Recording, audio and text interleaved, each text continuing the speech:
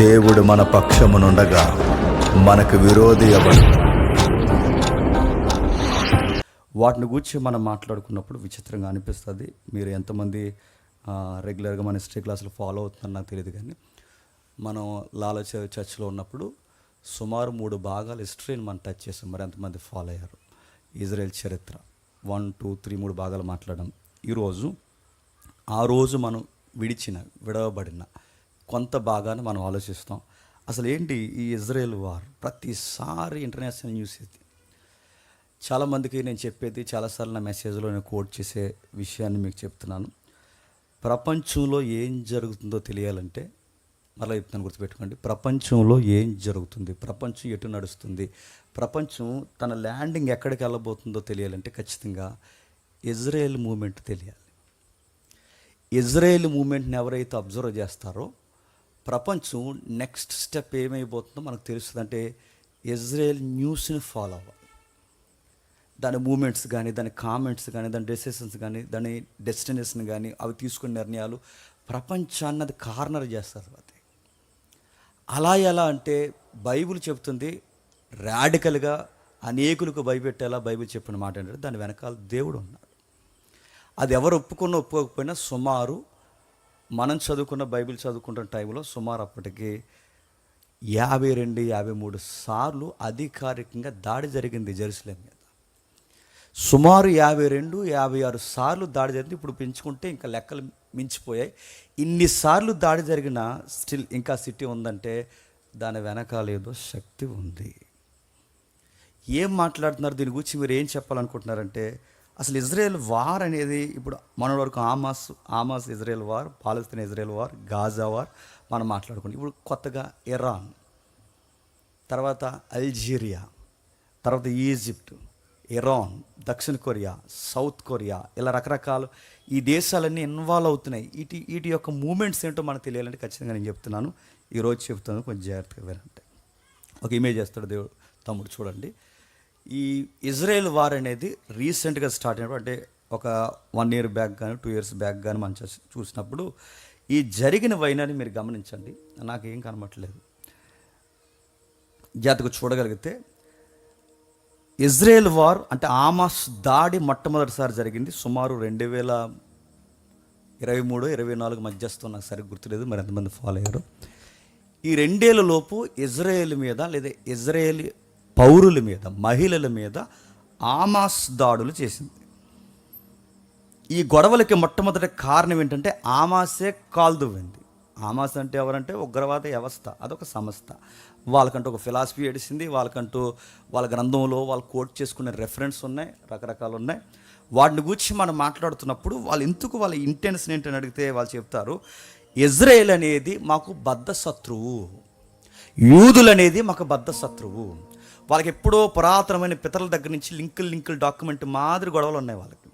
వాటి గొడవలు ఏంటి, వాటి తీరుతెన్నులు ఏంటంటే ముందు ఈ గొడవ మనం తేలుద్దాం. ఒకరోజు సుమారు బాగా వినండి. గాజా తెలుసుగా, ఇజ్రాయెల్కి అవుట్ సైడ్ ఉంటుంది. ఈ గాజా దాటెడితే మనకు సిరియా డమస్కస్ మనకు టచ్ అవుద్ది. ఈ టచ్ అవుతున్న భాగంలో ఇటు ఇజ్రాయెల్కి కానీ ఇటు గాజాకి కానీ కొంచెం స్నోప్ ఏరియా ఎక్కువ ఉంటుంది. ఓపెన్ ఏరియా, స్నోప్ ఏరియా, ఎందుకంటే అది మెట్ట ప్రాంతాలు కదా. ఈ మెట్ట గుట్టల ప్రాంతాలు కొంచెం స్నోప్ ఏరియా సదునుగా ఉన్న ఏరియాలో వీళ్ళు ఏం చేశారంటే విశాలమైన భూభాగంలో ఈ యువకులు కుదురుండ్రండి. యువకులే కాదు, యువతులు కూడా.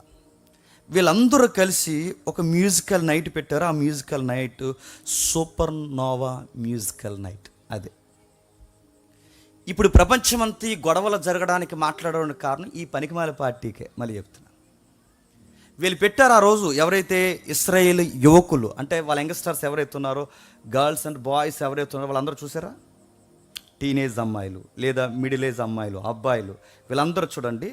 ఇది అందరికి అర్థం కాకపోవచ్చేమో కానీ కాస్తంత ఈ కల్చర్ని చదివిన వాళ్ళకి అర్థమవుద్ది. దీన్ని ఏమంటారంటే హిప్ కల్చర్ అంటారు దాన్ని. ఆ టెంట్ హిప్ కల్చర్లోనే వేస్తారు.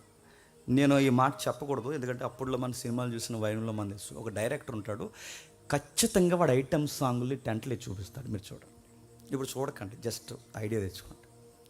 వాడు ఈ టెంట్లు వేస్తాడు, వాడు బికినీలు వేపిస్తాడు. ఆ బాయ్స్కి వాడు రకరకాల ఎక్స్పోజ్ చేపిస్తాడు. దీన్ని ఏమంటారు, ఇప్కల్స్ అంటారు. మన వాళ్ళకి తెంగరోళ్ళకి తెలియక ఏమనుకుంటారంటే ఇది ఐటమ్ సాంగ్ అనుకుంటారు. కాదు కాదు, ఆ డైరెక్టర్కి ఉన్న మోజది.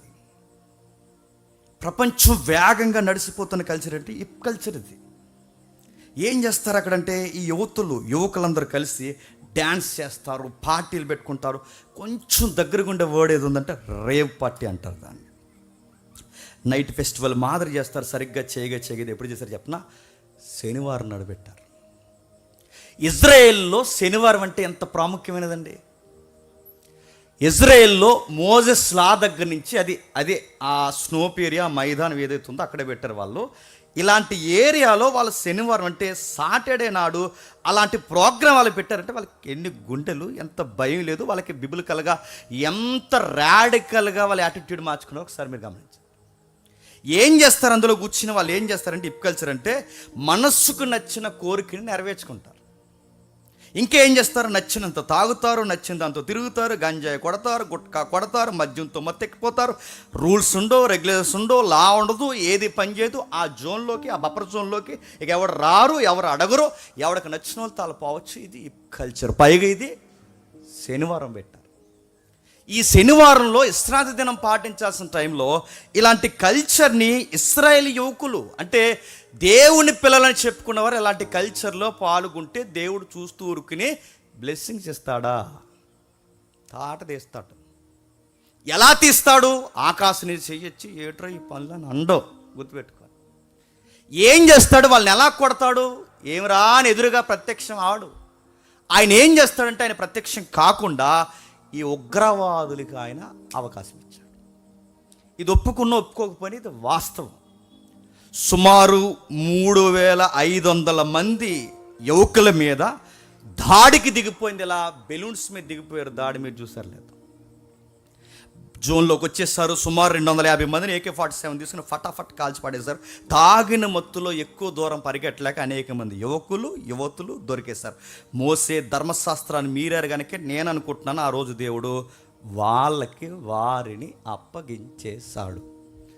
ఆ రోజు స్టార్ట్ అయింది రగడ. ఇజ్రాయెల్ కన్నెర చేసింది, మా యువతని చంపుతారా, మా యువత మీదకి వస్తారా, మా యువతని వాళ్ళ పార్టీలు ఉండగా మీరు ఇంత దొంగ దెబ్బేస్తారని ఆ రోజు ఇజ్రాయెల్ కంకణం కట్టుకుంది. ఆ రోజు స్టార్ట్ అయిన రగడ సుమారు 3 సంవత్సరాలు అవుతుంది ఇప్పటికి. ఆ రోజు స్టార్ట్ అయిన రగడ ఇప్పటికన్నా ఆరిందా? రగులుతూనే ఉంది. ఎంత దూరం వెళ్తుందంటే కొన్ని వందల మంది చచ్చిపోతున్నారు, పిల్లలు చచ్చిపోతున్నారు, స్త్రీలు చనిపోతున్నారు. ఎందుకురా ఇంత చావుకి కారణం ఏంటంటే మళ్ళీ చెప్తున్నాను, హిప్ కల్చర్. దానికి మళ్ళీ నావో గారు పేరెట్టారు. నావో మ్యూజికల్ నైట్ అంటది. నావో గారు ఏమైపోతారండి? నావో గారు మ్యూజికల్ నైట్. నావో గారు ఏమైనా వాళ్ళే ఏడా డ్యాన్స్? ఇలాంటి పేర్లు భక్తుల పేరు మీద భక్తులని చెప్పుకుంటున్న ఇలాంటి వాళ్ళందరూ ఈ పేర్లు పెట్టుకుని ఈ కల్చర్ని ఫ్యాషన్ అనుకుని ముందుకెళ్తే దేవుడు తాట తీశాడు. వాళ్ళకి చూశాడు, అప్పగించిన తర్వాత వాళ్ళు దారుణంగా కొట్టారు. మోసే ధర్మశాస్త్రం విశ్రాంతి దినాన్ని మీరేశారు. వాళ్ళకి క్రీస్తు తిరగకపోయినా కనీసం ధర్మశాస్త్రమైనా పాటించాలి, అది కూడా వాళ్ళు చేయలేకపోయారు కనుక తన వాగ్దాన భూభాగంలో దేవుడు తట్టుకోలేక అప్పగిస్తే ఈ రోజుకి వారు జరుగుతూనే ఉంది.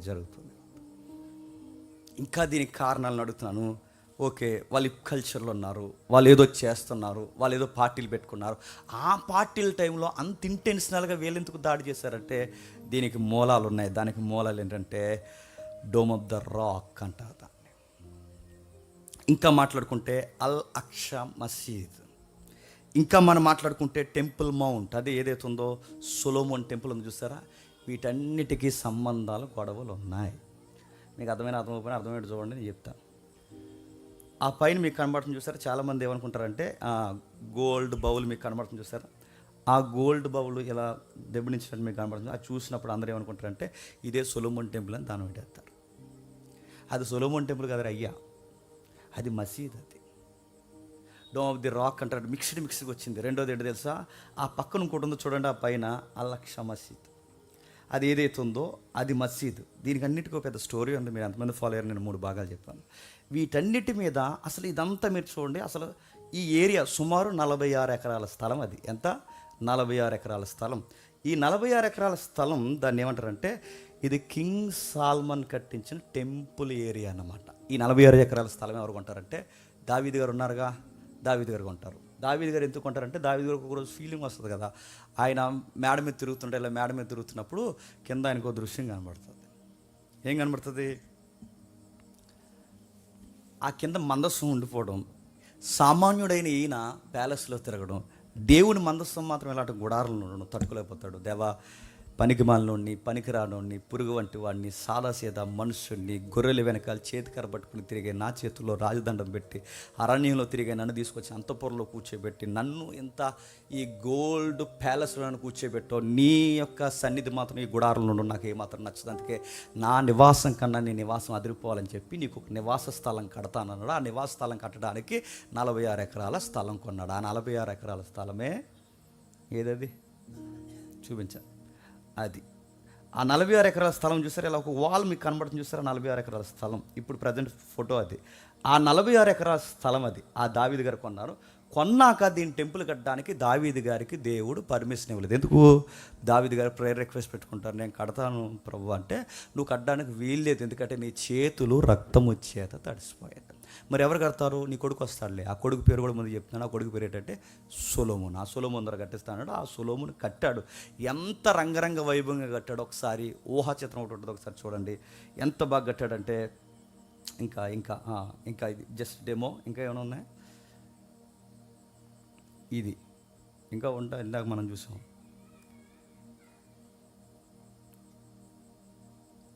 ఇదొకటి. ఇంకా బిగ్ పిక్చర్ ఉంది.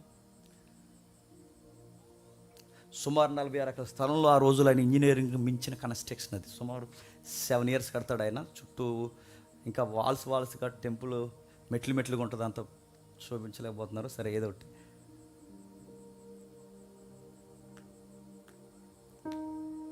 మొత్తం టీవీ అయిపోయారు. అది చూడండి, ఇది ఒరిజినల్, ఇది ఊహా చిత్రం, ఇది ఒరిజినల్. ఇలా ఇప్పుడు చూడండి, ఒక మెట్టలా మీకు కనబడుతుంది చూసారా. ఎప్పుడు గుర్తుపెట్టుకోండి, ఆ మెట్ట అనే పాయింట్ నేను ఎందుకు నొక్కుతున్నానంటే, దావీదు గారి 46 ఎకరాల స్థలాన్ని కొనడానికి ముందు ఇదే మెట్ట మీద పెద్ద ఆయన తన కొడుకుని చెప్పండి బలిచ్చాడు. ఆయన ఎవరు? అబ్రహాం గారు. ఈ ల్యాండ్ కన్నా సెంటిమెంట్స్ ఉన్నాయి. అంటే ఇదే పర్వతం మీద అబ్రహాం గారు ఇస్సాకుని బలిస్తే అదే పర్వత కనుమల్ని 46 ఎకరాల స్థలం దావీదు గారు కొంటే, అంతకుముందు యాకోబు గారికి కూడా కల వచ్చింది కూడా ఆ ఏరియాలో. ఇప్పుడు ఈ నిటికి సెంటిమెంట్ ఏరియా అది. ఆ సొలొమోను గారు కట్టింది. ఈ కట్టిన తర్వాత ఈ రాను ఏమైపోయిందంటే, ఈ 46 ఎకరాల స్థలం కొన్నాక రాను ఇజ్రాయెల్ దేశానికి చాలా మంచి పేరు వచ్చింది. ఎందుకంటే ఇజ్రాయెల్ దేశం కానీ యెరూషలేం కానీ మీరు గమనించండి, ఇటు ఆఫ్రికా కానీ ఇటు ఆసియాకి కానీ సెంటర్ ఏరియా ఉంటుంది. ఇది మీరు వరల్డ్ మ్యాప్ ఎప్పుడైనా గమనించండి, ప్రపంచ పటాన్ని మనం గమనిస్తే అటు ఇటు అంటే ఆ ఖండానికి ఈ ఖండానికి మధ్యస్థం కనుక, ఈ ఖండం అంటే ఈజిప్ట్ దాటుకుని ఇటు నుంచి వస్తున్న వాళ్ళు కానీ, ఇటు ఆసియాని దాటి ఈజిప్ట్లోకి వెళ్ళి ఆఫ్రికాకి వెళ్తున్న వాళ్ళు కానీ, ఆల్ట్ తీసుకోవడానికి సెంట్రల్ ఏరియా ఏదన్నా ఉందంటే యెరూషలేం. అందుకే ఈ టూరిజానికి బాగా పెట్టింది పేరు కనుక ఆ ఏరియాని పైకి కన్స్ట్రక్షన్ చూడడం, సొలొమోను గురించి మాట్లాడుకోవడం, ఈ సామెతలు పుంకాలు మాట్లాడుకుంటే విదేశీయుల యొక్క రాకపోకలు ఎక్కువైనప్పుడు దేశం యొక్క దళసరి ఆదాయం పెరిగింది. ఎప్పుడైతే దేశం యొక్క ఆదాయం పెరిగింది, విదేశీ రాకపోకలు పెరుగుతున్నాయి, ఇవన్నీ జరుగుతున్నప్పుడు ఆ ఏరియాకి మంచి పేరు వచ్చింది. సరిగ్గా పేరు వచ్చినప్పుడు వీళ్ళకి కన్నుబడింది. ఎవరు కన్నుబడిందంటే ఇరుగు పొరుగు వారు కన్నుబడింది. ఎలాగైనా దాన్ని ఆక్యుపై చేయాలనుకున్నారు. ఇశ్రాయేలుకి ఆ రోజు నుంచి ఈ రోజు వరకు ఉన్న బుద్ధి ఏంటంటే, కడుపు నిండితో ఒకలా మాట్లాడతారు, కడుపు నిండకపోతే ఒకలా మాట్లాడతారు. మన బాబులాలు ఎవరు? ఇశ్రాయేల్. అంతే జుట్టు, అనకపోతే కాళ్ళు. వాళ్ళు అలాగే బాగున్నంతసేపు దేవుడితో బాగున్నారనుకోండి, అన్ని కక్కమొక్క డొక్క బాగా దొరుకుతున్నాయి అనుకోండి, ఇంకా దేవుడి పని ఉండేది వాళ్ళకి. మొత్తం వచ్చేసి ఇలాంటి ఇప్పుడు పెట్టుకునే ఫెస్టివల్స్ ఇవే. ఈ దరిద్రం అంతా ఆ రోజుల్లో పెట్టారు. ఏ రోజుల్లో ఆ కొరింథీ పత్రికలు అంటారు కదా, వాళ్ళు తినుటకు తాగుటకు కూర్చొని ఆడుటకు లేచిరు. అదే నావో మ్యూజికల్ నైట్ ఆ రోజు పెట్టారు. ఇప్పుడు పెట్టింది కాదు, ఇప్పుడు పూర్వమేలు పెద్దలు పెట్టారు. మోసే 40 రోజులు కొండ మీదకి వెళ్ళేసరికి కింద ఏం పెట్టారు చెప్పండి? Musical if culture. ఈ దరిద్రం కల్చర్ వాళ్ళకి మూలాల నుంచి ఉన్నాయి. ట్రెండింగ్ ఏమనుకుంటారంటే, అరే ఎంజాయ్ చేస్తే తప్పేటట్టు. ఎంజాయ్ చేస్తే తప్పు కదరా అయ్యా, నేను చెప్తున్నాను. దేవుడికి వ్యతిరేకమైన పనులవి, విలువలు మర్చిపోయి పనులవి, అలాంటి పనులు వాళ్ళ ముందు నుంచి చేస్తున్నారు. ఈ కల్చర్ పేరు క్షమించండి, ఈ ఎంజాయ్ పేరు మీద ఇలాంటి పనులు వీళ్ళు చేస్తున్నప్పుడు ఇశ్రాయేలు ఆకలి ఉన్నప్పుడు ఒకలా ప్రార్థన చేస్తారు, కడుపు నిండినప్పుడు ఒకలా ప్రార్థన చేస్తారు. వీళ్ళు కడుపు నిండిపోయినప్పుడు ఏం చేశారంటే దేవుడిని మర్చిపోయారు. ఎప్పుడైతే దేవుడిని మర్చిపోయారో చేసిన రుణాన్ని దేవుడు విడిపించి ఐగుప్తు తీసుకొచ్చాడుగా, ఐగుప్తు నుంచి తీసుకొచ్చిన మొత్తం చరిత్రను ఎప్పుడైతే మర్చిపోయినప్పుడు దేవుడు అప్పుడప్పుడు వీళ్ళని తొకడా కొట్టడానికి వాళ్ళని పిలిచాడు. ఎవరన్నా అడగకుండా ఓడి దగ్గర ఉంటుందా నాన్న, వాళ్ళని పిలిచాడు. వాళ్ళని పిలిచినప్పుడు ఈ తిరవరం లేని బ్యాచ్ ఉంటారు, అదో రకం వాళ్ళు. నేను అప్పుడు 3 భాగాలు చెప్పినప్పుడు నాకు తెగ ఫోన్లు వచ్చినాయి, థ్రెట్ కాల్స్. నేను లేపేస్తాను అని. త్వరగా వచ్చి లేపండి, చాలా బాధలు ఉన్నాయని చెప్పాను. రాలేదు, వస్తారేమో చూశాను. ఎందుకు చెప్తాను ఆ వర్డ్ మీకు దగ్గర చెప్తున్నాను, ఎందుకంటే వీళ్ళకి ఆ మాటలు అంటే వాళ్ళకి నచ్చదు. వాళ్ళ హిస్టరీగా తీసుకోరు, వాళ్ళ చరిత్రను అంగీకరించరు, అది వాస్తవాలు ఎందుకంటే చరిత్ర మార్చేయడానికి కూడా వాళ్ళు ఏమాత్రం వెనకాడరు. సరే, ఏవైతుందో వీళ్ళు వెళ్ళిపోయిన తర్వాత వీళ్ళ భూభాగాల్లో బాగా పంటలు బండి, కడుపులు నిండి, సరంబీలు వేసుకుని బాగా సుఖపడిన తర్వాత ఇశ్రాయేలు దేవుడిని మర్చిపోతే, దేవుడు ఎప్పుడు గుర్తుపెట్టుకోండి, దేవుడిని మర్చిపోతే దేవుడు మనల్ని మర్చిపోతాడా? తాట తెస్తాడు ముందుకు వచ్చి. అదే చేశాడు. ఏం చేశాడు? బాబిలోనియన్స్ లేపాడు, వాళ్ళకు ముందు అసూరియన్స్ని లేపాడు. అంతకుముందు ఎవరైతే ఉన్నారో ఈ బబులోను కానీ మాదీయ పారసీకులు కానీ వీళ్ళందరిని లేపి చెతకొట్టించాడు. ఎవరిని? ఇశ్రాయేల్ని. అప్పుడు టెంపుల్ బాగా ముస్తాబు చేసి ఉంచారు. ఎప్పటికీ? ఈ సొలొమోన్ గారి కాలానికి. మీకు తెలుసో లేదో ఒకసారి 2K లుక్ వేసి వస్తారా? సొలొమోన్ టైంలో ఎంత రేంజ్కి వెళ్ళిపోయిందో ఈ దేశం మీరు ఒకసారి లుక్ వేద్దాం. మొదటి రాజుల గ్రంథం 10వ అధ్యాయం, ఒకసారి చూడండి. మొదటి రాజుల గ్రంథం 10వ అధ్యాయం 14 వచ్చి ఉండండి. మొదటి రాజుల గ్రంథం 10వ అధ్యాయం 14 వచ్చి ఉండండి.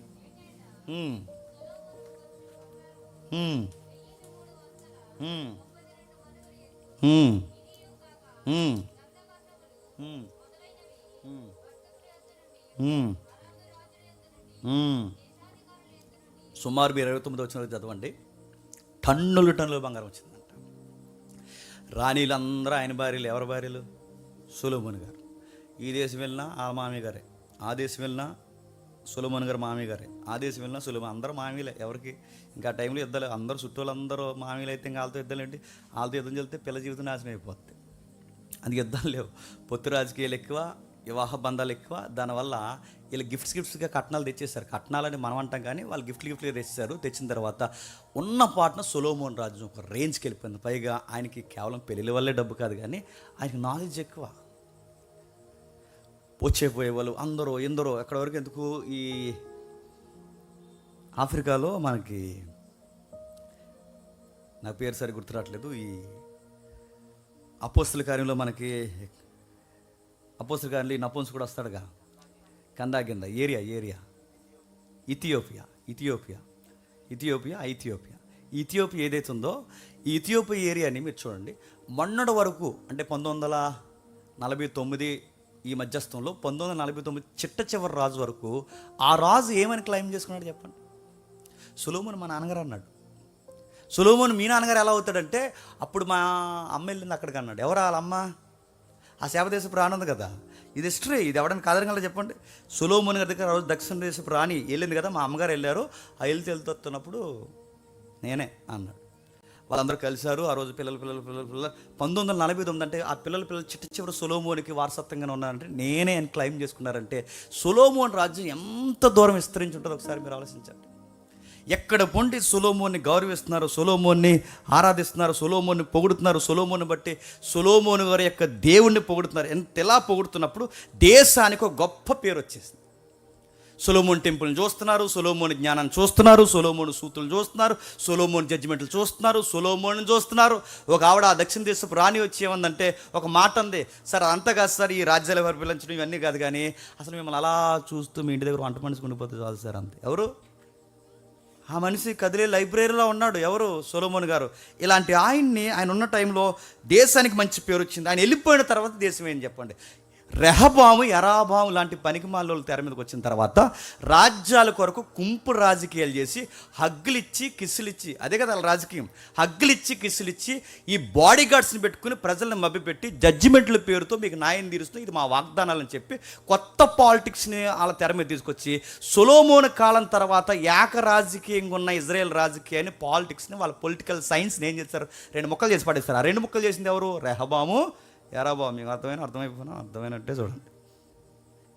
చివరికి వెళ్ళేసరికి అర్థమవుతుందండి. 2 ముక్కలు చేసి పడితే యరబాము రెహబాము అన్నవాడు వీళ్ళు ఏం చేస్తారు? పోటీ పడిపోయారు. ఈడేమన్నాడు, ఆ పయ్యుడు ఏమంటాడంటే ఆ దక్షిణ భూభాగంలో ఉన్న సొలొమోన్ టెంపుల్కి మనం ఎందుకు వెళ్ళాలి అని వాడన్నాడు. ఈడేమంటాడంటే నచ్చిందల్లా ఆరాధించండి, ఇంకా మనకి ఫేమ్ నేమ్ పెరగాలని వాడేం చేశాడంటే ఈ సిరియా దేవతలను పక్కన ఉన్న ఈ దేవతలు దేవీలు ఎవరైతే ఉన్నారో ఆ బొమ్మల బలిపీఠాలు కూడా తెచ్చి ఎక్కడ పెట్టారు? సొలొమోను మందిరంలో పెట్టారు. ఇలాంటివన్నీ పనికిమాలి పనులు చేస్తే దేవుడు చూస్తూ ఊరుకుంటాడా? అది వాగ్దాన భూభాగం, మాటిచ్చిన భూభాగం, పైగా అబ్రహాము, ఇస్సాకు, యాకోబులకి సొలొమోను దగ్గర నుంచి ఎంతో కలలు కానీ దానికంటూ ఒక మెసేజ్ ఉందని, మెసేంజర్ ఉన్నాడని, మెస్సయ్య వస్తాడని ఎంతో చరిత్రతో వాళ్ళకి ముడిపడున్న ఆ చరిత్ర భూభాగాన్ని బలిపీఠాలు గట్టి ఇజ్రాయేలీకి ధర్మశాస్త్ర ప్రకారం వ్యతిరేకమైన పందిని బలిపీఠం మీద వధించారు. ఇలాంటి పనులన్నీ చేసి ఇలాంటి రకరకాల పనులు చేసినప్పుడు దేవుడు ఏం చేశాడు? చూస్తూ ఊరుకున్నాడా? చెదరగొట్టి పడేశాడు. బబులోనికి ఇర్మియాని పంపించన్నాడు, 70 సంవత్సరాలు తొలగొడి పడేస్తాను. 70 సంవత్సరాలు అన్నాడు, ఫిగర్ చెప్పాడు, అన్నట్టుగానే 70 సంవత్సరాలు ఇజ్రాయెల్ దేశాన్ని అక్షరాలు అప్పగించాడా లేదా? మన దేవుడితో వచ్చిన గొడవేడి చెప్పినా చెప్పి చేస్తాడు.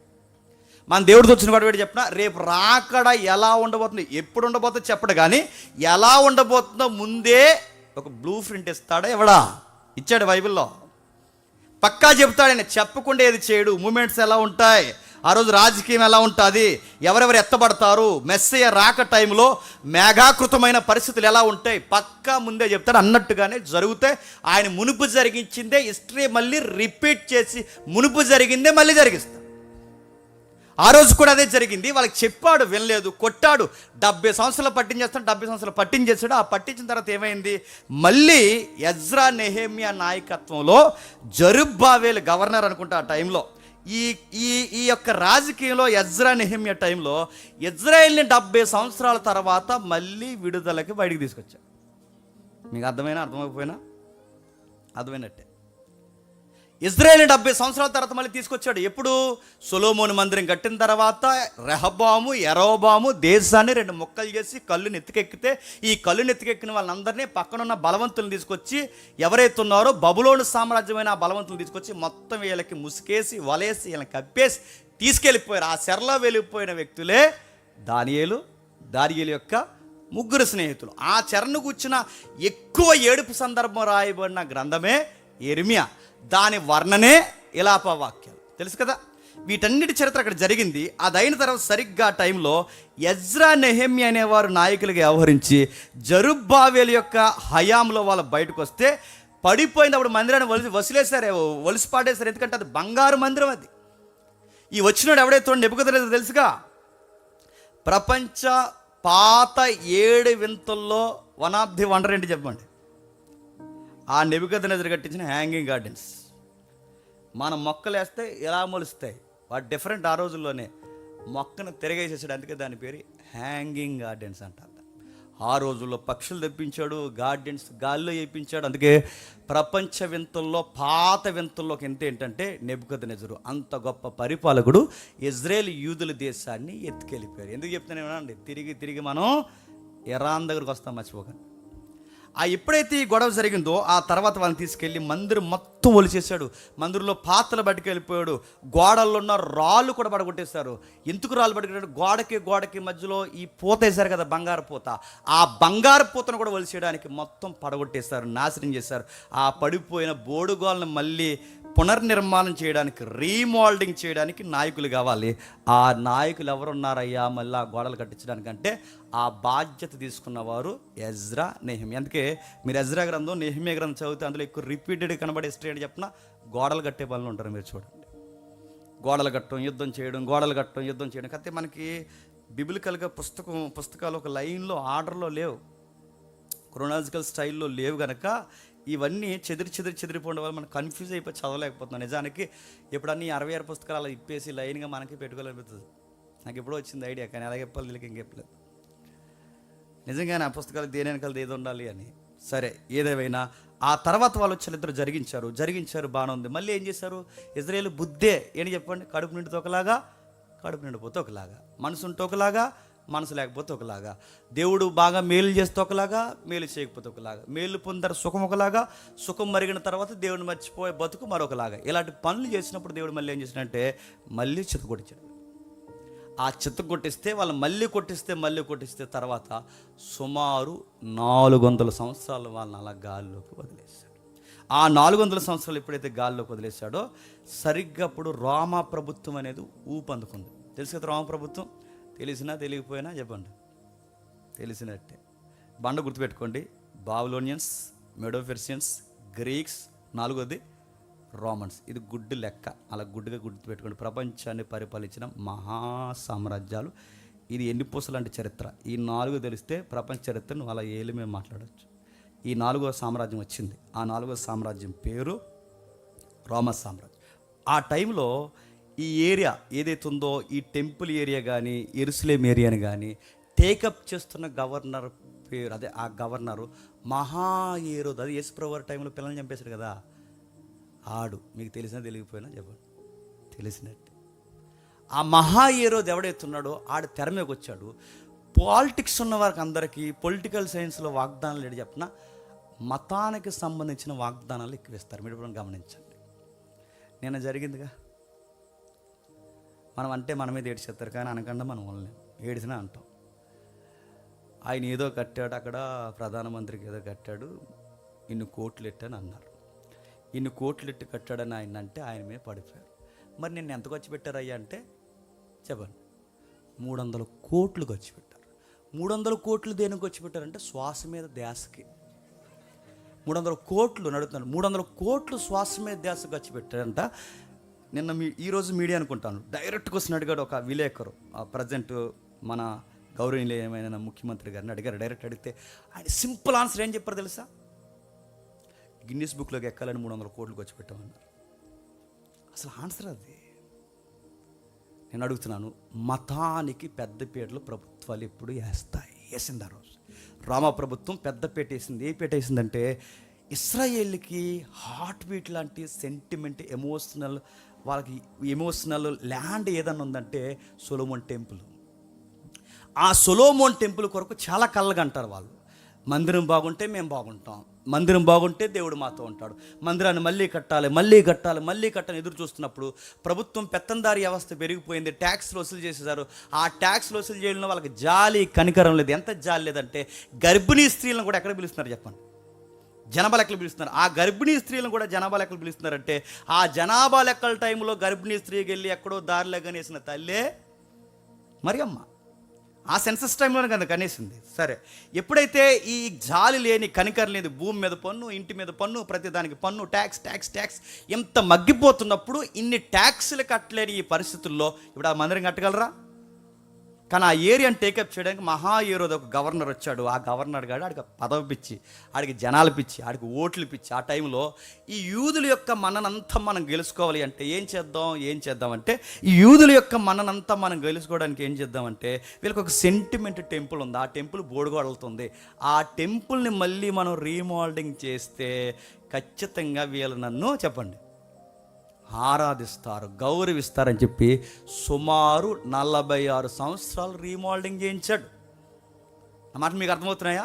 46 సంవత్సరాలు వాడు మొత్తం పునర్నిర్మాణం జరిగించాడు. 46 సంవత్సరాలు వారు రీమోల్డింగ్ చేయించాడు. కనుకే ఆ రీమోల్డ్ జరిగిన టెంపుల్ని యేసుప్రభు శిష్యులు అలా నడిచి వెళ్తున్నప్పుడు యేసుప్రభు అని ఇలా పిలిచి, ప్రభువా చూడు ఆ మందిరం ఎంత శృంగారంగా నిర్మింపబడిందంటే అప్పుడు అంటారు, ఇది 46 సంవత్సరాలు కట్టిరే, దీన్ని పడగొట్టండి 3 రోజుల్లో చెప్పండి తిరిగి లేపుతాను. ఈ 46 సంవత్సరాలు కట్టింది ఎవరు? సొలొమోన్ కాదు. ఈ 46 సంవత్సరాలు కట్టింది ఎవరు? ఎజ్రా నెహెమ్యాలు కాదు. ఈ 46 సంవత్సరాలు దీనికి ముహూర్తం పెట్టి ఇంత బాగా నిర్మించింది ఎవరంటే ఈ 46 సంవత్సరాలు హేరోదు. ఎవడు? మహాయేరోదు. ఆ మహాయేరోదు అన్నవాడే 46 సంవత్సరాలు దాన్ని శృంగారు దేవాలయంగా చేశారు. మీరు శృంగారం అనగానే ఎక్కడికో పోకండి, ఆ దేవాలయాలు వేరు. శృంగారం అనే పదానికి ఏంటంటే అందమైన దేవాలయంగా దాన్ని అంత బాగా నిర్మించాడు. అంత బాగా నిర్మిస్తే యేసుప్రభు వారికే శిష్యులు చూపించాలనుకున్నారంటే అది ఎంత అందంగా ఉంటుందో మీకు అర్థం కావాలి. అలాంటి మందిరాన్ని చూపించిన తర్వాత దేవుడు అన్నాడు, లూకాసు సువార్త 23వ అధ్యాయం వచ్చేసరికి ఆయన ఏమంటున్నాడు చూడండి, ఏమని ఆ మందిరం గురించి గొడవ పెడుతున్నాడు చూడండి ఒకసారి. లూకాసు సువార్త 23వ అధ్యాయం, లూకాసు సువార్త 23వ అధ్యాయం, త్వరగా లూకాసు సువార్త 23వ అధ్యాయం 27 వచ్చి నుండి. గొప్ప జన సమూహమును ఆయన గూర్చి రొమ్ము కొట్టుకొనుచు ఆయనను వెంబడించిరి. యెరూషలేము కుమార్తెలారా, నా నిమిత్తం ఏడవకండి, మీ నిమిత్తం మీ పిల్లల నిమిత్తం ఏడవడి. ఇదిగో గొడ్రాలును పాలియన స్థలములను ధన్యమైన చెప్పు దినంలో వచ్చుచున్నవి. అప్పుడు మా మీద పాడని పర్వతములతోనూ మమ్మల్ని కప్పుడని కొండలతోనూ జనులు చెప్పసాగుదురు. వారు వచ్చి వారు పశ్చిమరానికి ఎలాగ చేసిన ఎండిన దానికి ఇంకేం చేద్దరో ఏం అర్థం లేదని నాకు అర్థమైంది. వివరిస్తాను వినండి. ఏం అర్థమైంది? యేసుప్రభు వారిని సిలువేయడానికి గొలుగత్తా కొండకి తీసుకెళ్ళిపోతున్నారు. అప్పుడు జడ్జిమెంట్ అయిపోయింది. ఆయన తీసుకుని వెళ్ళిపోతున్నప్పుడు మార్గం మధ్యలో ఈ యెరూషలేము కుమార్తెలందరూ ఆయన చూసి ఏడుస్తున్నారు. ఎందుకు? ఆయన వలన మేలు పొందారు, ఆయన వలన భోజనం తిన్నారు, ఆయన వలన స్వస్థలు పొందారు, ఆయన వలన ఎంతో కొంత లబ్ధి పొంది ఆయన మీద వాళ్ళకు ఒక నిరీక్షణ ఉంది. మెస్సయ్య రాజు, ఈ గవర్నమెంట్ని ఎదిరించే మహానాయకుడు, విప్లవకారుడు ఎంతో కొంత ఆయన మీద వాళ్ళకి నిరీక్షణ ఉంది కనుక ఆ నిరీక్షణ కాస్త సిలువుగా మారిపోయి మోసుకెళ్ళిపోతున్నప్పుడు తట్టుకోలేక బాధపడుతూ, కుమారుడా, దావీదు కుమారుడా అని ఆయన వైపు చూసి, దేవుని కుమారుడు అని ఆయన వైపు చూసి రొమ్ము కొట్టుకొని దుఃఖించుచున్నప్పుడు ఆయన అన్నాడు, యెరూషలేము కుమార్తెలారా అన్నాడు. ఏ కుమార్తెలు? ఆ పదం మర్చిపోద్ది. ఏ కుమార్తెలు? రాజమండ్రి కుమార్తెలు కాదు, చెప్పండి. తూర్పుగోదావరి కుమార్తెలు కాదు, ఏ కుమార్తెలు కాదు. దీన్ని మార్చేస్తారు తెలుగు సినిమాల్లో, దీన్ని మార్చేస్తారు ఈ డ్రామాస్ ఏవైతున్నాయో ఈ డ్రామాస్లో, దీన్ని మార్చేస్తారు స్క్రిప్ట్లో, దీన్ని మార్చేస్తారు ప్రసంగాల్లో. ఆ ఒక్క పదం తీసేస్తారు కనుకే ఆ సందర్భం అర్థం కాకుండా పోయింది. ఏ పదం తీసేశారు? యెరూషలేము కుమార్తె అనే పదం తీసి చదవకూడదు. దాన్ని ఎలా చదవాలంటే యెరూషలేము కుమార్తెలానే చదవాలి. కానీ ఆ పదాన్ని ఎలా చదివారు? సూపర్ స్టార్ కృష్ణ గారు తీశారు కదా సినిమా. ఆ సినిమాలో కానీ అంతకుముందు కరుణమాడి దైవమాడి సినిమాల్లో కానీ యెరూషలేము కుమార్తెలారా అనరు, అమ్మలారా. ఏడవకండి, మీకోసం చెప్పండి. మీ పిల్లలు అమ్మలారని లేదయ్యా చెప్పండి. అక్కడ అమ్మలారని లేదు, ఏముంది చెప్పండి? యెరూషలేము కుమార్. ఆ ఒక్క పదం చాలు హిస్టరీ మొత్తం ఎగిరిపోవడానికి. అది తీయొద్దు. అందుకే దేవుడు ఒకటి కలపొద్దు, ఒకటి తీయొద్దు. సున్నైనను పొల్లైన. ఎందుకు? నువ్వు ఒక్కటి మార్చావంటే హిస్టరీ మొత్తం కొలాప్స్ అవుద్ది. నువ్వు చెప్పకూడని తప్పులు చెప్తావు. అలా తప్పులు చెప్పిన ఆయనలో ఒక పెద్ద ఆయన ఉన్నాడు. ఆయన సంఘానికి వర్షిప్కి, ఒక్క వర్షిప్కి 10,000 మంది వస్తారు. ఎవరన్నా అడగండి. ఆయన రెఫరెన్స్ ఏమని చెప్పాడు చెప్పినా? ఆయన రెఫరెన్స్ ఏమని చెప్పాడు తెలుసా? అదిగో కనని గొడ్రాలను, పాలియన స్థలములను ధన్యములైన చెప్పి అంటే దేవుడు చూడండి, మన దేవుడు ఎంత గొప్పవాడో సువార్తల్లో ముందుగానే రాయించాడు. ఈ రెఫరెన్స్ దేనికోసం తెలుసు? ఇప్పుడు ఈ 21వ శతాబ్దం నెరవేరుతుంది. 21వ శతాబ్దం నెరవేరుతున్న ఈ రెఫరెన్స్ ఎలా నెరవేరుతుందంటే టెస్ట్ ట్యూబ్ బేబీ అంట. Test tube baby. Test tube baby ఏంటి? టెస్ట్ ట్యూబ్ బేబీ ఏంటంటే ఇప్పుడు ఫ్యాషన్ ఎక్కువైపోయి పిల్లలకి అంటలేదు కదండి కొంతమంది. మళ్ళీ ఎలాంటి మలుపులు కూడా వద్దేమో, లేనిపోను కూడా ఒకటంటే ఒకటి జరుగుతుంది కదా మలుపులు కూడా.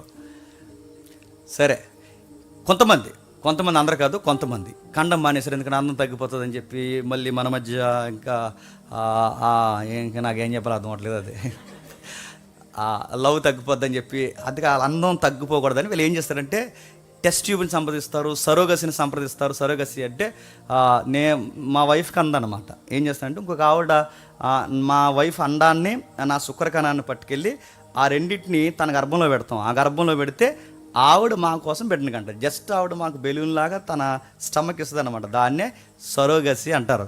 రెండోది టెస్ట్ ట్యూబ్ అన్నాడు చూసారా? ఆ ట్యూబ్లో నుంచి పంపిస్తారంట శుక్రకణం. ఈ అడ్వాన్స్ టెక్నాలజీ అట దేవుడు ఎప్పుడో చెప్పేశాడట. ఎక్కడ చెప్పేశాడట? ఇదిగో ఎక్కడ చెప్పాడట? ఇదిగో ఇక్కడ చెప్పేసాడని ఒక పెద్ద ఆయన రెఫరెన్స్ చూపిస్తున్నాడంటే ఇంకా ఆయన ఏమనాలి? అక్కడికి వచ్చి ఐఏఎస్లు వస్తారు ఆయన చర్చికి. అక్కడ వచ్చే కలెక్టర్లు ఏమైపోతున్నారు, ఆ ఎస్పీలు ఏమైపోతున్నారు, ఆ డిఎస్పీలు ఏమైపోతున్నారు, ఆ డాక్టర్లు ఏమైపోతున్నారు, ఆ ఎంఆర్ఓలు ఏమైపోతున్నారు? నేను అడుగుతున్నాను, వాళ్ళు బిజీ షెడ్యూల్లో వాళ్ళ బైబిల్ ఎలా చదవరు? ఇలాంటి వాళ్ళు వచ్చినప్పుడు కనీసం హిస్టారికల్గా, జాగ్రఫికల్గా వాళ్ళకి ట్రూత్ అనేది ఏంటో నువ్వే చెప్పకపోతే ఈ సొసైటీకి ఎవరు చెబుతారు? అంటే జనాలకి ఏది చెప్పినా వినేస్తారు అనుకోవడం, పులిపేట ముందు నిలబడి కుప్పు గంతులు వేయడం అంటారు. అనరా? తెలిస్తే తెలుసు, ఏది పడితే తోసేసి చెప్పేస్తే ఎలా కుదురుద్ది? దేనికోసం చెప్తుంది? ఇది టెస్ట్ బేబీ కోసమా? దేనికోసం చెప్తుంది? సరోగసి కోసమా? కాదు. అది దేనికోసం చెప్తున్నాడు? క్రీస్తు శకం 70లో సుమారు జూలై నెల అనుకుంటా, జూలై 12 నాకు ఎప్పుడు గుర్తులేదు, ఈ నెల అనుకుంటా.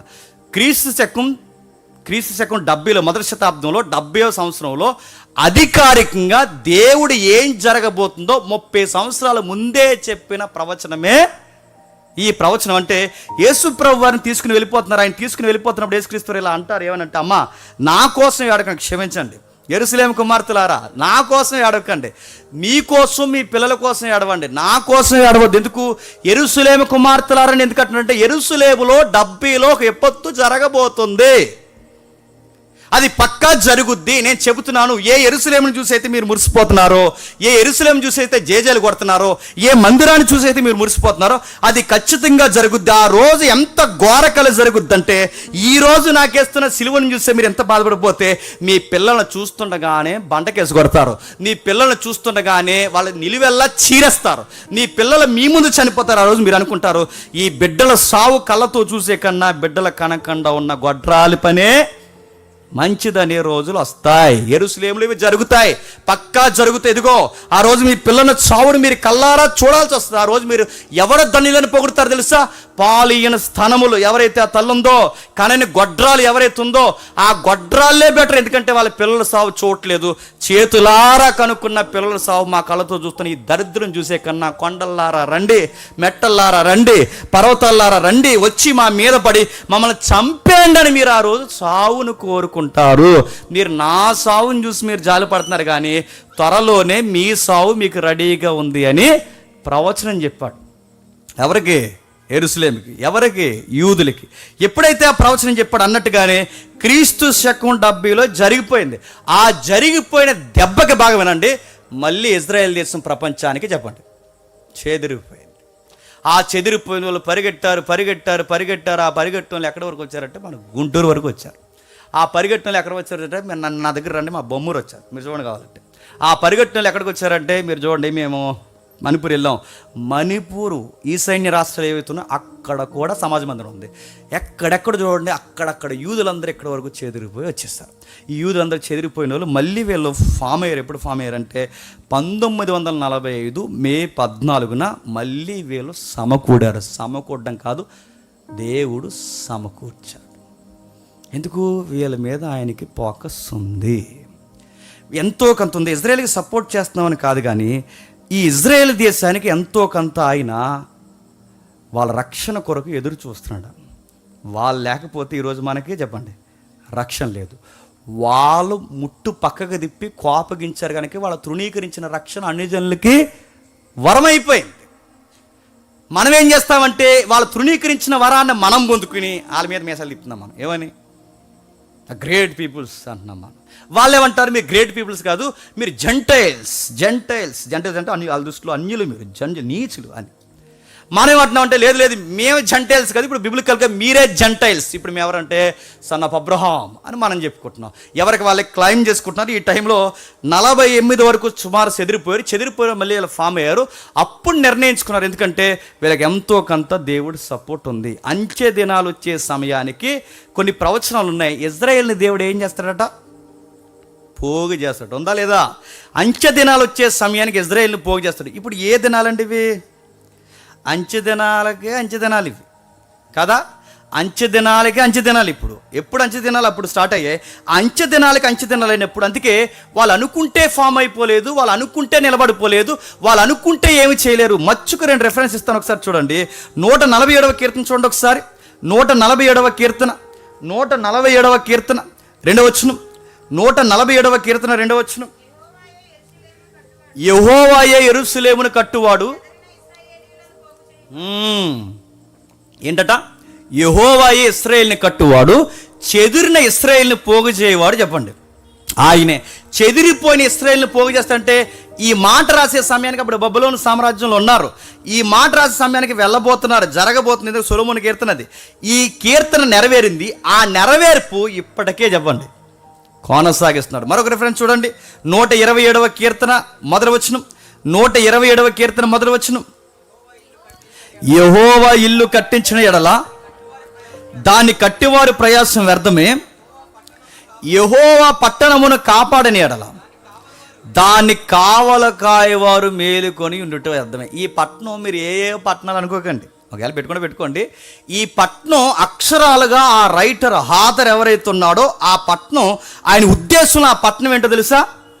యెరూషలేము. యెహోవా పట్నము కాపాడిన ఎలా ఆ పట్నమున కావల కాయవారు మేలుకొని ఉండుట వ్యర్థమే. మా దగ్గర ఏవో మిసైల్స్ ఉన్నాయి, వాళ్ళ దగ్గర ఏదో చెప్తారండి, అది సరే గుర్తురాట్లేదు.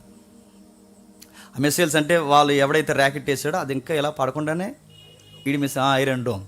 ఈ ఐరన్ డోమ్తో అవి ఇంకా గాల్లో ఉండగానే కాల్ చేస్తాను. అడుగుతున్నాను, అంత నాలెడ్జ్ వాళ్ళకి ఎలా వచ్చిందండి? టీవీ నాయుడు చెప్పాడుగా. ఎలా వచ్చింది? సైన్స్ కనిపెట్టింది వాళ్ళు, రకరకాల కోడ్స్ కనిపెట్టింది వాళ్ళు, ఐన్స్టీన్ వాళ్ళు, నజరేయుడైన యేసు వాళ్ళకి సంబంధించిన వాడు. ఒక్కటి కాదు, రెండు కాదు, వాళ్ళు డైరెక్ట్గా అయినా ఇండైరెక్ట్గా అయినా ఒక మాట అన్నారు. ప్రపంచాన్ని పరిపాలిస్తున్నది ఎవరు చెప్పండి? సైన్స్లో కానీ, పాలిటిక్స్లో కానీ, వ్యవసాయ శాస్త్రంలో కానీ మీరు ఎక్కడ చూడండి, ఏ రణరంగంలో అయినా వాళ్ళ హస్తం లేకుండా ఉండదు. మొన్న కరోనా కనిపెట్టిన దానికి కూడా, ఆ కరోనా ఇరుడు కనిపెట్టింది కూడా మొదట అడిగేసింది ఎవరు చెప్పండి? ఏదన్నా మీరు చూడండి, వాళ్ళ ప్రస్తావన లేకుండా ఉండదు. వాళ్ళు ఎంత మూమెంట్స్ చేస్తున్నారంటే ఖచ్చితంగా వీళ్ళ వెనకాల వాళ్ళ డిఎన్ఏలో పనిచేసేలాగా పనిచేస్తున్న శక్తి ఎవరు? ఇవే రిఫరెన్స్ మీరు గుర్తుపెట్టుకోండి. ఇశ్రాయేల్ని కాపాడువాడు కొనకడు. నీ డోమన్న నిద్రపోద్దేమో కానీ ఆయన కూడా నిద్రపోడు, గుర్తుపెట్టుకో. నీ మిసైల్స్ అయినా పనిచేయడం మానేస్తేమో కానీ ఆయన మాట ఇచ్చాడు. చివరి కాలంలో, అంచె దినాల్లో నా కుమారుడిని ఎరిగేలాగా ఇజ్రాయేల్ని మరలా అంటు కడతాను. ఆ ప్రవచనం నెరవేరుది త్వరలో. ఇజ్రాయేల్ మళ్ళీ అంటు కడతాను. ఎవరికి అంటు కడతావు? ఇటు అన్యులకి, ఇటు ఇశ్రాయేల్కి మధ్యస్థం చేయడానికి ఒక వ్యక్తి ఉన్నాడు. ఆ వ్యక్తి పేరే ప్రభు అయిన యేసుక్రీస్తు. ఆ ప్రాజెక్ట్ ఇంకా జరగబోతుంది. ఏమో ఏ రోజు ఇప్పటి వరకు తృణీకరించిన వాళ్ళు ఏ రోజు ఉన్న పాటను అంగీకరిస్తారు ఇంకా మనకి తెలీదు. చాలా వరకు యేసు ప్రభువుని నమ్ముతున్నారు లెక్కలు చూస్తుంటే. రాను ఇంకా ఎప్పుడు నమ్ముతారో తెలియదు. ఎందుకంటే వాళ్ళకి ఖచ్చితంగా సత్యాన్ని అంగీకరించే కాస్తంత స్వభావం ఉంది వాళ్ళకి. ప్రపంచం అంతా ఒకవైపు నిలబడినా వాళ్ళు మాత్రం ఒకవైపు నిలబడతారు, వాళ్ళు నమ్మిన సత్యం కొరకు. అయితే వీళ్ళు తిరిగి వచ్చిన తర్వాత, వీళ్ళు తిరిగి వచ్చాక ఇల్లు ఖాళీగా ఉంచుతారు. ఇప్పుడు మన ఇల్లు ఉందండి, ఓ 10 సంవత్సరాలు ఇల్లు వేసిపోయామనుకోండి, అందరూ తుడిసి ఉండేస్తారు. మనం వచ్చే వరకునే పక్కింటాడు వండిస్తాడా? పాపం జేమ్స్ ఎక్కడికి వెళ్ళాడు తెలియదు. పాపం వచ్చే వరకు జాగ్రత్తగా ఇల్లు కాపాడదాం అనుకుంటాడా? ఏం చేస్తాడు చెప్పండి? ఒక సంవత్సరం చూస్తాడు, 2 సంవత్సరాలు చూస్తాడు, 3 సంవత్సరాలు చూస్తాడు. సెకండ్ డాక్యుమెంట్ పుట్టిస్తాడు పుచ్చేటవాడు ఉంటుంది కదా. రెండో డాక్యుమెంట్ వస్తుంది. ఎలా వచ్చిందంటే ఆడు లేడు, ఏమయ్యాడో తెలియదు. 10 సంవత్సరాల నుంచి మేమే దీన్ని కావాలి కాస్తుంది. అందుకే మనకు ఒక రూల్ ఉంది కదా, 10 ఇయర్స్ ఎక్కువగా ఒక ఇంట్లో ఉన్నా, 30 ఇయర్స్ ఎక్కువగా ఇంట్లో ఉన్నా ఆ కరెంటు బిల్లు నువ్వు అలాంటి పని చేయకండి. ఎందుకు చెప్తున్నాను మళ్ళీ ఒకటి ఎక్కువగా అక్కడ ఉన్నా దాని మీద అథారిటీ ఎక్కువ ఎవరిదో అవుద్ది చెప్పండి? ఆ స్టేయింగ్లో ఉన్నవారిదో అవుద్ది. అలాగే వీళ్ళు ఏం చేశారంటే, వీళ్ళు వెళ్ళిపోయిన తర్వాత ఆ దేశం ఖాళీ ఉండిపోయింది కనుక అప్పటికే అబ్రహాం గారికి అన్అఫీషియల్, ఇంక నన్ను అడగండి ఏంటంటే, ఆవిడకి 12 మంది పుట్టారు కదా. అదే ఆడు వంకరోడికి మళ్ళీ 12 మంది, ఆ 12 మంది పుట్టారు కదా. అప్పుడు వాళ్ళు చాలా పెద్ద జనాభా అయిపోయారు. ఆ జనాభాలో ఒక జనాభాయే ఆమస్. ఆ జనాభాలోంచి పుట్టుకొచ్చిన మతాల సమ్మేళనమే ఇరాక్. ఆ మతాల సమ్మేళనం నుంచి వాళ్ళు నమ్మిన మతాల విశ్వాసమే అరబ్ ఫెయిత్. గుర్తుపెట్టుకోండి, ఇది హిస్టరీ.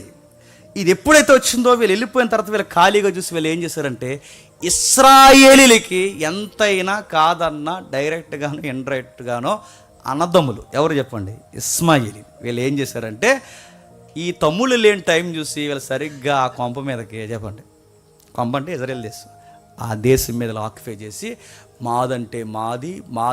మాదంటే క్రీస్తు శకం 500. మీరు గుర్తుపెట్టుకోండి మంచిది. గుర్తుపెట్టుకోకపోతే ఇంకా మంచిది మీ ఆరోగ్యానికి. గుర్తుపెట్టుకుంటే మీ ఆత్మీయతకి మంచిది. సరే, క్రీస్తు శకం 500లో సరిగ్గా అక్కడ మీరు చూడండి. క్రీస్తు శకం 500లో ఇక్కడ ఇది ఫస్ట్, ఇది ఇక్కడ చూడండి.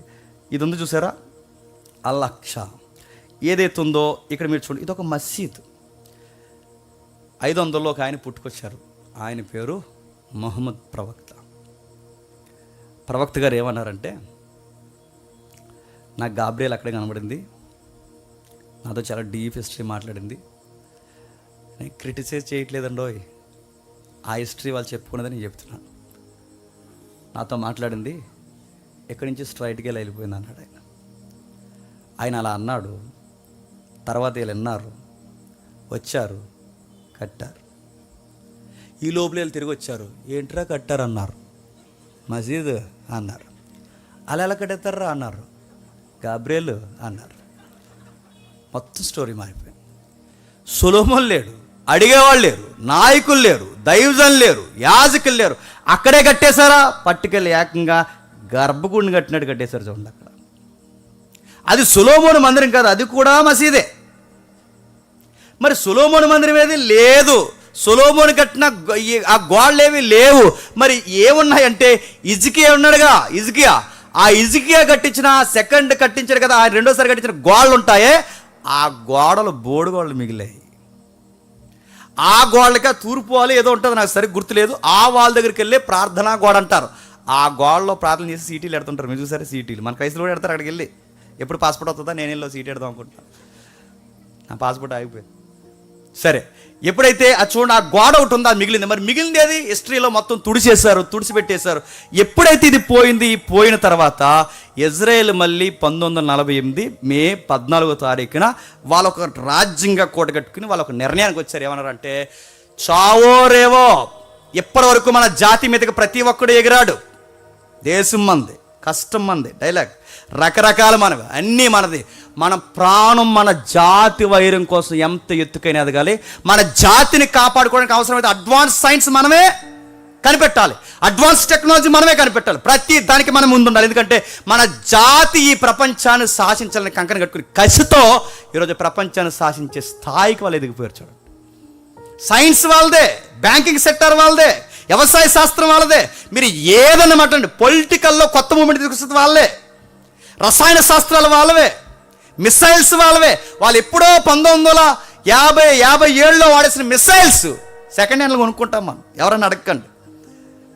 అప్పుడు వాడేసినాయి మిసైల్ 2, మిసైల్ 1, మిసైల్ 2 అప్పుడు వాళ్ళు ఇంకా ఎట్లా అడ్వాన్స్ ఉన్నారు వాళ్ళు. బాగా వినండి, ఈ రోజుల్లో వాళ్ళు ఎంత అడ్వాన్స్ సైన్స్ అంటే, వాళ్ళు ఈరోజు ఇక్కడుండగా స్పేస్లోంచి సాటిలైట్లోంచి ఏ ప్రధానమంత్రి ఏం చేస్తున్నారో చూడగలిగే క్యాపబిలిటీ ఉందండి వాళ్ళకి.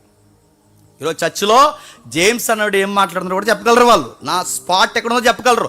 అక్కడ మీట్ నొక్కితే ఇక్కడ నా కింద ఎప్పుడు వెళ్ళిపోతుందో కూడా తెలియదు. అలాంటి టెక్నాలజీ ఉంది వాళ్ళకి. మనం చంపేశారుగా ఆ హమాస్ గారి నాయకుని ఎలా చంపేశారు? అంత లోపలికి ఆ ఇంటీరియర్ ఏరియాకి, అది సీక్రెట్ రూమ్స్ ఏవైతున్నావో ఆ బఫర్ జోన్లో కూడా వెళ్ళి ఆయన ఎలా చంపేశారంటే, ఎలా చంపేశారు చెప్పిన, వాకీటాకీలు ఉంటాయి కదా, వాకీటాకీలు. ఆ వాకీటాకీని ఎలా యాక్ట్ చేశారో, వాకీటాకీని ఎవడైనా యాక్ట్ చేస్తాడండి, అలా యాక్ట్ చేస్తారు. మొబైల్ని హ్యాకింగ్ చేశారనుకోవచ్చు, వాకీటాకీని యాక్ట్ చేయడమే కాదు, దాన్ని పేలిపోయేలాగా దానిలోకి ఆ యొక్క మిసైల్స్ ఎలా పంపితే అదొక విచిత్రం అండి వాళ్ళంతా ఆపరేషన్. మళ్ళీ చెప్తున్నాను, చంపింది వాళ్ళే అని తెలుస్తుంది, చంపింది వాళ్ళే అని తెలుస్తుంది, కానీ నో ఎవిడెన్స్. ఏ ఎవిడెన్స్ ఉంటుంది మీరు చూడండి. ఇది ఇజ్రాయేల్ పని అంటారు అందరూ, ఒక్క ఎవిడెన్స్ ఉంటుంది. వచ్చినాడు ఎవడో కూడా తెలియదు, ఆడు ఏ ఉద్యోగం చేస్తున్నాడు కూడా తెలియదు, ఆడు ఇక్కడ ఉన్నాడు కూడా తెలియదు. ఇవన్నీ వీళ్ళ కంకణం కట్టుకున్నారు. మోసే దగ్గర నుంచి కొన్ని నేర్చుకున్నారు, యెహోషువ దగ్గర నుంచి కొన్ని నేర్చుకుని వాళ్ళ కంకణం కట్టుకున్నారు. ఎప్పటికైనా ఒక నిర్ణయానికి వచ్చారు, 3వ మందిరాన్ని కట్టాలి. మొదటి మందిరం సొలొమోను కట్టాడు, 2వ మందిరాన్ని చెప్పండి జెరుబ్బాబెలు అయ్యాములో, నెహెమ్యా ఎజ్రా అయ్యాములో కన్స్ట్రక్షన్ జరిగింది. ఆ పడిపోయిన గోడల్ని ఆ 2వ దాన్ని మళ్ళీ 46 సంవత్సరాలు పునర్నిర్మాణం చేసింది మహాయేరోదు. మళ్ళీ పోయిన తర్వాత ఇప్పుడు ఉండిపోయినాయే మొత్తం ఈ మసీదులను తీసేసి మళ్ళీ సొలొమోను మందిరాన్ని, ఆ ప్లానింగ్ ఇంకా ఉంది. అక్కడ ఉంటుంది కదా రాజుల గ్రంథంలో, ఇన్ని మోర్లు, ఇన్ని కొలతలు, దీని వాలు ఇది ఎంత, ఈ ముందు ఎంత ఉండాలి, వెనకాల ఎంత ఉండాలి, ప్రత్యక్ష గుడారం, అతి పరిశుద్ధ స్థలము, గంగాలం ఇక్కడ, ఈ మొత్తం మ్యాప్ ఉంది. ఇక్కడ ప్రింట్ ఉందిగా, బ్లూ ప్రింట్ ఉందిగా. ఈ ప్రింట్ని జాగ్రత్తగా డిజైన్ చేసి ఆ పక్కా ప్లానింగ్ ఉంది, మెటీరియల్ ఉంది, అన్నీ ఉన్నాయి. 1 నైట్లో కట్టేసేంత సైన్స్ ఉంది వాళ్ళకి, కట్టడానికి రెడీ అయిపోతున్నారు. ఇప్పుడు గొడవలన్నీ దేనికంటే చెప్పండి, ప్రపంచ గొడవలన్నీ తిప్పి దేనిగా చెప్పనా, నువ్వు జీగా చదువుకుంటావో, నువ్వు కరెంట్ అఫైర్ చదువుకుంటావో, నువ్వు కాంపిటేటివ్ ఫీల్డ్ ఉంటావు, నువ్వు ఏదైనా చదువుకో, నువ్వు బైబిల్ హిస్టరీని దాటి ఏది చదవలేవు. రాసి పెట్టుకో, నువ్వు బైబిల్ హిస్టరీని దాటి ఏది చదవలేవు. ఇప్పుడు ప్రపంచ పొలిటికల్ సైన్స్ దేని మీద నడుస్తుంది తెలుసా? సొలొమోన్ టెంపుల్ కోసం ప్రపంచం కొట్టుకుంటుందంటే ఏమనాలి? దట్ ఈస్ బైబిల్ అనాలి, గుర్తుపెట్టుకోండి. బైబిల్ హిస్టరీ అది, బైబిల్ చరిత్రను ఎవరు కాదని లేరు. ఇప్పుడు ఇది నిర్మాణానికి సిద్ధపడిపోయారు. ఈ నిర్మాణం చేస్తున్నప్పుడు ఇప్పుడు వీళ్ళ మీదకి తిరగబడింది ఎవరంటే ఇస్లాం దేశాలను పక్కొచ్చి, ఆ ఇస్లాం దేశాల్లో ఒక ఇస్లాం దేశమే ఇరాన్.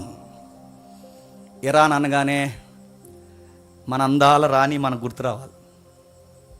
బైబిల్లో మన అందాల రాణి ఎవరు చెప్పండి? మీ రాణి కాదు, చెప్పండి.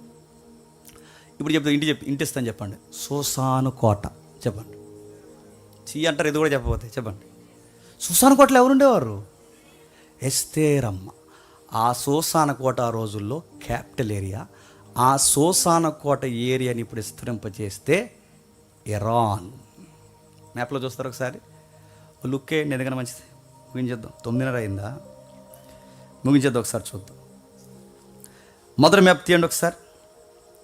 మొదటి మ్యాప్ అబ్రహాం ప్రయాణం చేసిన దేశంలో ఉంది చూడండి. అవసరం లేదు, చింపేస్తారా? చూడండి, మ్యాప్స్ ఇంకా అప్డేట్ అయ్యాయి, అప్డేట్ బైబిల్స్ వచ్చాయి. వీలైతే దాన్ని ఫాలో అవ్వండి, మన బైబిల్ ఇంకా బాగా అర్థమవుతుంది. అబ్రహాం ప్రయాణం చేసిన దేశంలో ఉంది చూసారా? బాక్స్ చూసారు కదా, బాక్స్ నేను చదివింది అబ్రహాం ప్రయాణం. ఆ బాక్స్కి రైట్ సైడ్ మీరు అలా వెళ్తే అబ్రహాం గారు ఊరు ఉంది. ఏ ఊరు? ఊరే. అబ్రహాం గారు ఊరి పేరు ఏం పేరు? ఊరే. ఆ ఊరికి పైకి వెళ్ళండి, కల్దియా. ఆ కల్దియాకి పైన బబులోని కనబడుతుందిగా. ఆ బబులోనికి కల్దీకి మధ్యలో ఉన్న దాన్నే ఇరాక్ అంటారు. ఇరాక్. ఆ ఇరాక్ సద్దాం హుసేన్ గారి చరిత్ర అంత ఉంది కదా, ఇక్కడదే. ఆ ఇరాక్ అలా దాటి పక్కకి వెళితే, ఆ దాటి అలా పక్క ఇద్దికెళ్ళి కనబడుతుందిగా నది. ఆ నది అలా దాటి వెళితే సోసాన్ కనబడుతుంది మీకు రైట్ సైడు. కనబడినట్టే కనబడుతుందిగా. ఆ సోసాను కోట ఇలా కనబడుతుంది చూడండి. ఇలా ఒక సింబల్ వేసి, అదేదో దానిమ్మ పండులా కనబడుతుంది చూడండి, ఇలా సింబల్ వేసి. ఆ సోసాను కోట, తమ్ముడు ఎర్ర మార్క్ తిప్పుతున్నాడు చూడండి. ఆ సోసాను కోట ఏదైతే ఉందో, ఆ సోసాను కోట ఏరియాయే ఇరాన్. ఇప్పుడు అక్కడ ఉన్న ఇరాన్కి, ఇక్కడ మళ్ళీ చూపించండి, ఆ చివరికి రా మ్యాప్. ఎరుసలేం చూపించి ఒకసారి. ఎరుసలేంకి, అది అక్కడున్న ఎరుసలేంకి, ఇప్పుడున్న ఇరాన్కి ఇప్పుడు వారు స్టార్ట్ అయింది. ఈ మధ్యలో ఉన్న ఖాళీ ప్రదేశమే అరబ్బు ఎడారి. ఈ ఎడారిని టచ్ చేసుకుంటూ వెళ్ళిపోతే మధ్యలో తగిలే దేశాలే గల్ఫ్ హబ్. వీళ్ళందరూ చుట్టాలన్నమాట. ఎవరు? ఆ చుట్టాల బ్యాచ్ ఉన్నారు కదా, నా డైరెక్ట్గా అడగండి, ఇవన్నీ లైవ్లో వెళ్ళిపోతాయి. ఆ చుట్టాల బ్యాచ్ ఉన్నారుగా, వీళ్ళంతా చుట్టం పట్టిన ఆనందములు బిడ్డలు అనమాట. వీళ్ళందరూ ఒకరొకరు సపోర్ట్ ఇచ్చుకుంటారు. ఎందుకంటే వీళ్ళ రిలీజన్ ఒక్కటే, వాళ్ళు రెండు భాగాలు ఉన్నా కానీ వాళ్ళ రిలీజన్ ఒకటి. అందుకే వీళ్ళందరికీ కొన్ని రెఫరెన్స్ ఉన్నాయి. వాళ్ళకి అలా అర్థమైనవి. ఆ రెఫరెన్స్ ఏంటంటే, వాళ్ళు చదివిన గ్రంథాల్లో యూదులు ఎప్పుడు మనకి చెప్పండి శత్రువులు.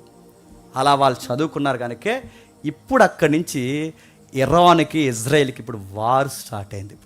ఇజ్రాయెల్ ఎంత ఉందండి మీరు చూడండి, బ్లూ. ఇజ్రాయెల్ ఎంత ఉందండి? బ్లూ ఎంత ఉంది? సీపురు పుల్ల చిన్నది ఉంది. ఈ చిన్నది చెప్పండి, ఈ రెడ్ ఉంది చూసారా, ఎరుపు, దానికి ఎరుపు ఎక్కిచ్చేస్తుంది చూడండి, దట్ ఈజ్ ఇజ్రాయెల్.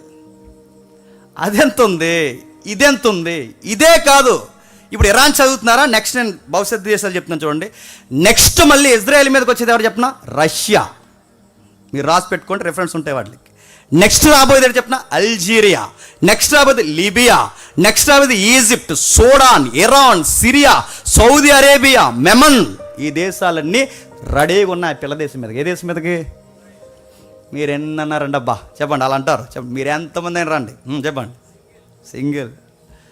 ఎందుకంటే యోధా గోత్రపు సింహం హస్తం ఉంది వెనకాల, గుర్తుపెట్టుకో. మీరు ఎన్నైనా రండి, మీరు ఎంతమంది అయినా రండి, మీరు ఎంత గుంపులుగా వస్తారండి. ఎందుకంటే ఆ యోధా గోత్రపు సింహం వాళ్ళ రక్షణ కోరుకుంటుంది. వాళ్ళు ఇంకా సింహాన్ని ఎరగట్లేదు, కానీ వాళ్ళని ఎందుకు కాపాడుతుందో తెలుసా? ఎప్పటికైనా ఇజ్రాయెల్ చెప్పండి రక్షణ పొందాలి. కాపాడాడు, కొన్ని రోజులు పాఠాలు నేర్పించాడు, చెదరగొట్టాడు, అటు కొట్టాడు, ఇటు కొట్టాడు, ఇటు కొట్టాడు, అటు కొట్టాడు. వీళ్ళందరినీ కొట్టు తీసుకొచ్చి ఇప్పుడు ఆవిడ కూర్చోబెట్టాడు. వీళ్ళకి ఎన్ని సపోర్ట్ చెప్పినా, ఇరాన్ ఉంది, రష్యా ఉంది, అల్జీరియా ఉంది, లిబియా ఉంది, ఈజిప్ట్ ఉంది, సూడాన్, సౌత్ సూడాన్, 2 సూడాన్లు ఉన్నాయి కదా, 2 సూడాన్స్ కూడా వాళ్ళకి సపోర్ట్ ఉన్నాయి. Iraq, Syria, Saudi Arabia, Memon, కొన్ని దేశాలు, ఇవన్నీ వాళ్ళకి సపోర్ట్ ఉన్నాయి. కానీ ఇజ్రాయెల్కి ఉన్న సపోర్ట్ ఒక దేశం, USA, United states of America. అదొకటే నిలబడుతుంది. ఎందుకో చెప్పినా, వాళ్ళకి తెలుసు ఎంతైనా చెప్పండి, వాళ్ళ రిలీజన్ మన రిలీజన్ చెప్పండి ఒక్కటే, మన ఫెయిత్ ఒక్కటే అని నమ్ముతారు. కనుక ఇజ్రాయెల్ దేశానికి అగ్రరాజ్యం ఏదైనా సపోర్ట్ ఇస్తుందంటే చెప్పండి. ఇందాక వచ్చి ముందే వార్త చూశాను, అమెరికా రంగంలోకి దిగింది అని. దిగుతారు, రంగంలోకి దిగుతారు, రంగం వాళ్ళదే.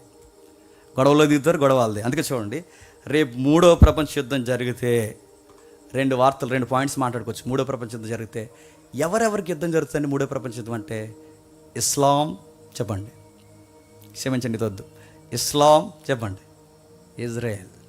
ఇస్లాం చెప్పండి, ఇజ్రాయెల్.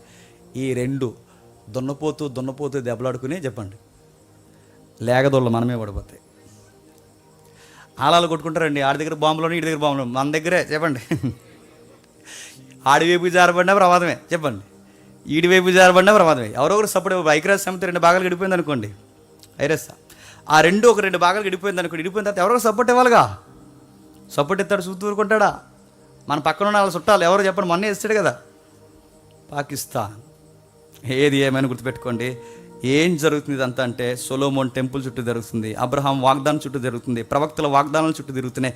ఇవన్నీ ఎంతకింత గొడవ జరుగుతున్నప్పుడు దేవుడు ఏం చేస్తున్నాడంటే చట్టం పని తన పని చేస్తుందన్నది ఎంత వాస్తవమో బైబుల్ దేవుడు పొలిటికల్ సైన్స్లో తన పని తాను చెప్పండి. రాజమండ్రి ఎమ్మెల్యే ఎవరు ఇవ్వాలో కూడా ముందే అక్కడ తెలిసి గుర్తుపెట్టుకోండి.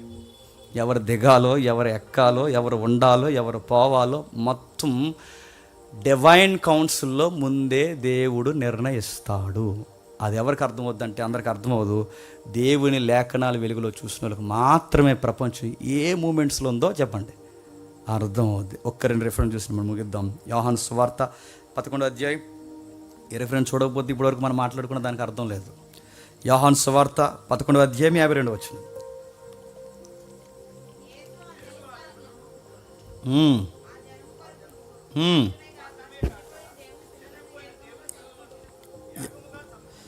చెదిరిపోయిన దేవుని పిల్లల్ని ఏకముగా సమకూర్చుటకును. ఇక్కడ ఒక విషయం జరుగుతుంది చూడండి 47వ వచనంలో. కాబట్టి ప్రధాన యాజకులు, పరిచయులు మహాసభకు సమకూర్చి మనం ఏమి చేయుచున్నాము, ఈ మనుష్యుని అనేకమైన సూచక్రియలు చేయుచున్నాడే, మనం ఆయన ఎలాగూ చూస్తూ ఊరుకునేలా అందరూ ఆయన యందు విశ్వాసం ఉంచెదరు. అప్పుడు రోమీలు వచ్చి మన స్థలముల మీద మన జనములను ఆక్రమించుకుందరని చెప్పుకుందరు. ఒక ఇంటర్నల్ మీటింగ్ జరుగుతుంది. ఎవరికి? పరిచయులకి, శాస్త్రులకి, పెద్దలకి. ఎవరికి జరుగుతుంది ఈ మీటింగు? ప్రభు అయిన యేసుక్రీస్తు వరకు వచ్చి. ఎందుకు? పబ్లిక్ ఫేమ్ నేమ్ ఎవరికి పెరిగిపోతుంది?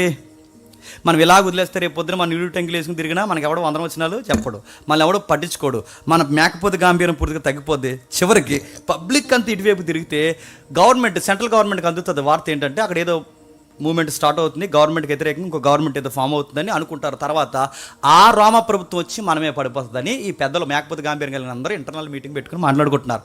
ఆ మీటింగ్ మాట్లాడుకుంటున్న టైంలో ఈ పెద్దలకు ఒక పెద్ద వచ్చేటండి. అందులో ఆ పెద్ద వచ్చి ఏమంటున్నాడు చూడండి. మనం ఆయన అయితే వారిలో కైపా అని ఒకడు, ఇది తెలుసుగా కైపా అన్న, ఈ కైపా అనే ఒకడు ఆ సంవత్సరంలో ప్రధాన యాజకుడు ఉండి మీకేమి తెలియదు, మీకేమి తెలియదు, మనుష్యుడు ప్రజల కొరకు చనిపోవడం యుక్తమని మీరు ఆలోచించుకున్నారు అని వారితో చెప్పును. తనంతట తాను ఇలాగ చెప్పలేదు, కానీ ఆ సంవత్సరంలో ప్రధాన యాజకుడు ఉండిన కనుక అలా చెప్పాడట. యేసు జనసమూహం కొరకు, జనముల కొరకు మాత్రమే కాక చెదిరిపోయిన దేవుని పిల్లల కొరకు ఏకముగా సమకూర్చుటకు సావనై ఉన్నాడని. ఇప్పుడు చెప్పండి, ప్రభు అయిన యేసుక్రీస్తు వారు చనిపోయింది దేనికి చెప్పనా? కేవలం అన్యులకు రక్షణ ఇవ్వడానికే కాదు. ప్రభు అయిన యేసుక్రీస్తు వారు చనిపోయింది కేవలం మన పాపాల కొరకే కాదు.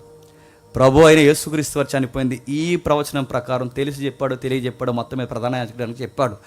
ఆ చెప్పిన ప్రవచనం ప్రకారం ఏంటో తెలుసా? ఇశ్రాయేలు మళ్ళీ సమకూడి దేవుని పిల్లలుగా మారతారు. ఇప్పుడు బాగా వినండి, సమకూడడం అంటే జోగ్రఫికల్గా దేశం విస్తరించడం కాదు. దేవుడు తన ప్రవచనాన్ని చాలా డీప్గా చెప్పాడు. ఏమనంటే ఎలా సమకూరుతారంటే సంఘముగా ఫామ్ అవుతారు. ఎలా ఫామ్ అవుతారు? సంఘం. అందుకే చూడండి, ప్రభు అయిన యేసుక్రీస్తు వారు నమ్ముకున్న వారికి యూదుడని ఉండదు, చెప్పండి, గ్రీసు దేశస్థుడు ఉండదు, అన్యుడని లేదు, ఇశ్రాయేలని లేదు. మరి ఏమవుతారంటే అందరూ ఏకమవుతారు. ఈ చెదిరిపోయిన అన్యుల్ని, ఇశ్రాయేలునందరినీ కలిపి తన రాజ్యాన్ని విస్తరింపజేస్తారు. ఇప్పుడు దేవుడు ప్రణాళిక కేవలం ఇజ్రాయేల్ దేశమే కాదు, ఇజ్రాయేలు అన్యులు కూడా కలిసి సంఘముగా కట్టబడాలన్నదే చెప్పండి దేవుని ప్రణాళిక. అందుకే దేవుని కుమారుడు ఈ భూమి మీదకి చెప్పండి సశరీరుడిగా వచ్చాడు. అందుకే అన్నీ చదువుకుంటారు, తెలిసిన వార్తలు అనుకుంటారు, కానీ ఆ చదివిన దాన్ని ఏం జరుగుతుందో ఒకసారి మీరు ప్రపంచంలో చూడగలిగితే దేవుడు చెప్పింది పక్కా నెరవేరుతుంది. దేవుడు ఒక ప్రవచనం చెప్పాడంటే ఖచ్చితంగా నెరవేరుతుంది. మరో మాట చూడండి, త్వరగా ముగిద్దాను, ఒట్టే చెప్తుందని ముగిస్తాను. ఎఫెసీయులకు రాసిన పత్రిక, అపోస్తలుడైన పౌలు ఎఫెసీయులకు రాసిన పత్రిక 2వ అధ్యాయం, ఎఫెసీయులకు రాసిన పత్రిక 2వ అధ్యాయం 17వ వచనం నుండి.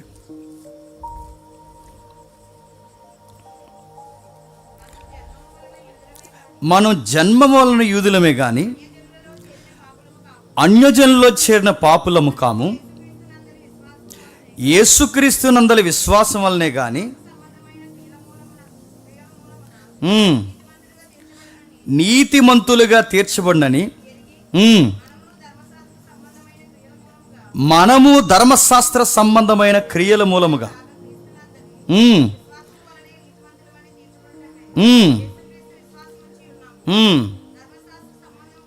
రెండో అధ్యాయం 17 వచ్చినవేనా?